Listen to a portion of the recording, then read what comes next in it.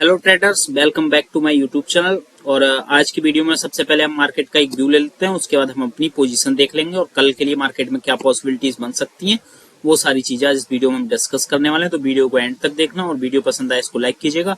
अगर आप हमारे चैनल पर नए हैं तो चैनल को सब्सक्राइब जरूर कर लेना, क्योंकि यहाँ पर मैं कुछ ऐसी स्ट्रेटजी से जो ट्रेड करता हूँ वो आपको भी सीखने को मिलेगी कि कैसे आप एक सिंपल तरीके से स्ट्रेटजी को फॉलो करके आप ट्रेड करके कम कैपिटल के साथ भी एक अच्छा खासा प्रॉफिट जनरेट कर सकते हो। ठीक है, तो सबसे पहले हम मार्केट का एक व्यू ले लेते हैं।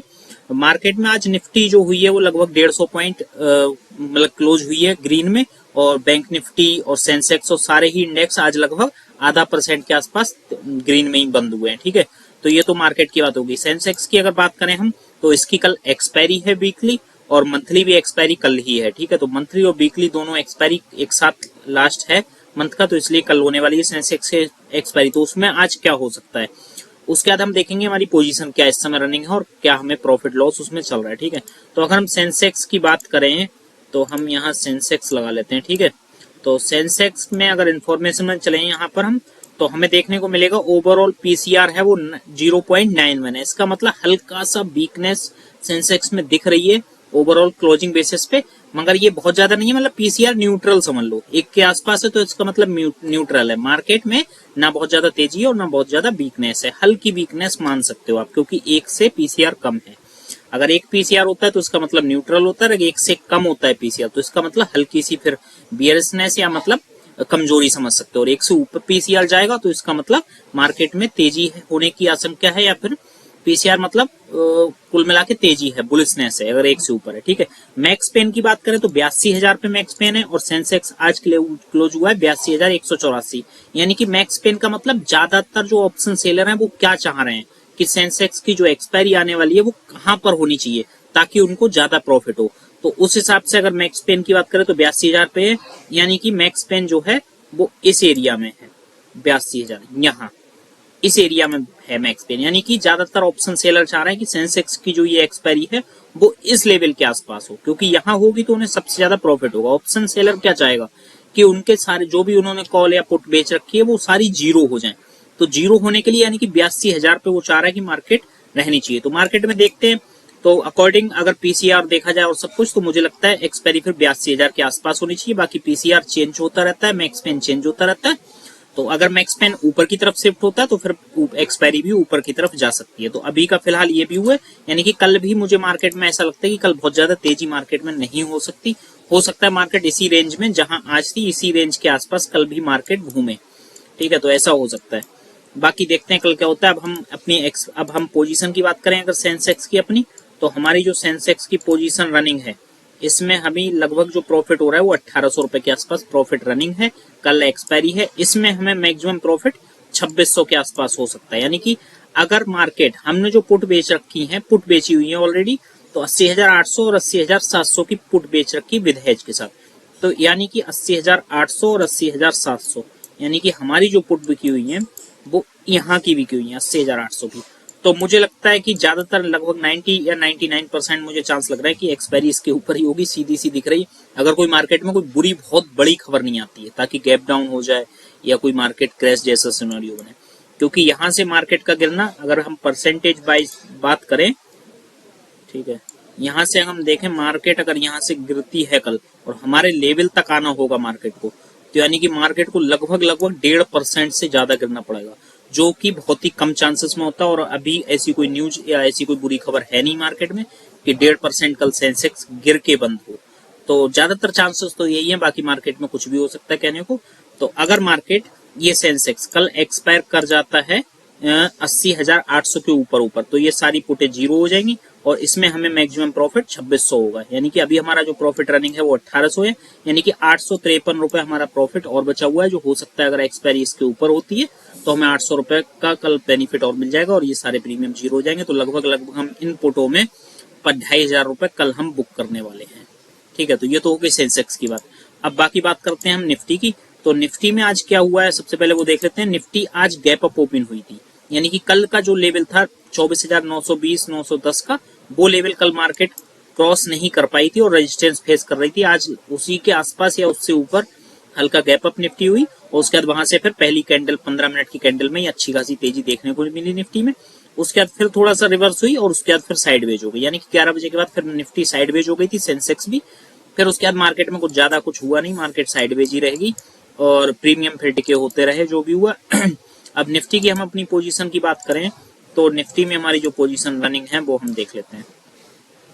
निफ्टी में जो पोजीशन रनिंग है ये है हमारी पोजीशन रनिंग, ठीक है। निफ्टी में हमने एक 24,500 और 24,750 की पुट बेच रखी है। इसकी एक्सपायरी में अभी समय है, इसकी एक्सपायरी 29 तारीख को है, तो कल 27 तारीख है, यानी कि अभी 3 दिन बचे हुए हैं ट्रेडिंग के, तब एक्सपायरी है निफ्टी की, ठीक है। तो निफ्टी में हमारा जो प्रॉफिट अभी रनिंग है वो लगभग 3600 के आसपास का हमारा प्रॉफिट इस समय चल रहा है। इसकी एक्सपायरी अगर हम बात करें, हमें मैक्सिमम प्रॉफिट चाहिए तो मैक्सिमम इस ट्रेड में हमें प्रॉफिट लगभग अभी 3600 रुपए का और बाकी, यानी कि इसमें हमारा 3600 का प्रॉफिट चल रहा है और 3600-3700 रुपए इस ट्रेड में हमें और मिल सकते हैं। कब? अगर निफ्टी की ये वीकली एक्सपायरी 24,750 यानी कि इस लेवल के नीचे, इसके ऊपर ही हो जाए तो, यानी कि अभी 3 दिन बाकी है, तो 3 दिन में कुछ भी हो सकता है, कहा नहीं जा सकता, मगर इस लेवल के ऊपर अगर एक्सपायरी होती है निफ्टी की तो हमें इसमें अभी 3600 रुपए का प्रॉफिट और मिल सकता है इन 3 दिनों में। तो देखते हैं बाकी क्या होता है। आज तो मार्केट साइडवेज रही है, अब बाकी पीसीआर और ये सारी चीजें देख लेते हैं हम कि निफ्टी में क्या पॉसिबिलिटी है। तो निफ्टी का जो पीसीआर है वो 1.1 है, यानी कि हल्का सा बुलिश है। तो निफ्टी में मुझे लगता है कि मार्केट कल इसी रेंज में ओपन होनी चाहिए। मुझे लगता है कि कुछ खास गैप अप और गैप डाउन की पॉसिबिलिटीज कल के लिए नहीं बन रही है निफ्टी में, यहीं कहीं ओपन होगी। बाकी अगर सपोर्ट की बात करें और इसका जो मैक्स पेन 24,850 है, यानी कि निफ्टी का जो मैक्स पेन है वो यहाँ है 24,850, इस लेवल में मैक्स पेन है निफ्टी के, यानी कि ऑप्शन सेलर जो है वो चाह रहे हैं निफ्टी में कि ये जो वीकली और मंथली एक्सपायरी वो इस लेवल के आसपास हो ताकि उन्हें ज्यादा से ज्यादा प्रॉफिट मिले, ठीक है। तो आपको मैक्स पेन का मतलब समझ में आ गया होगा, पीसीआर समझ में आ गया होगा। तो ये मतलब अगर ये मैक्स पेन ऊपर की तरफ शिफ्ट होता है तो सीधी सी बात है फिर मार्केट में और तेजी देखने को मिल सकती है।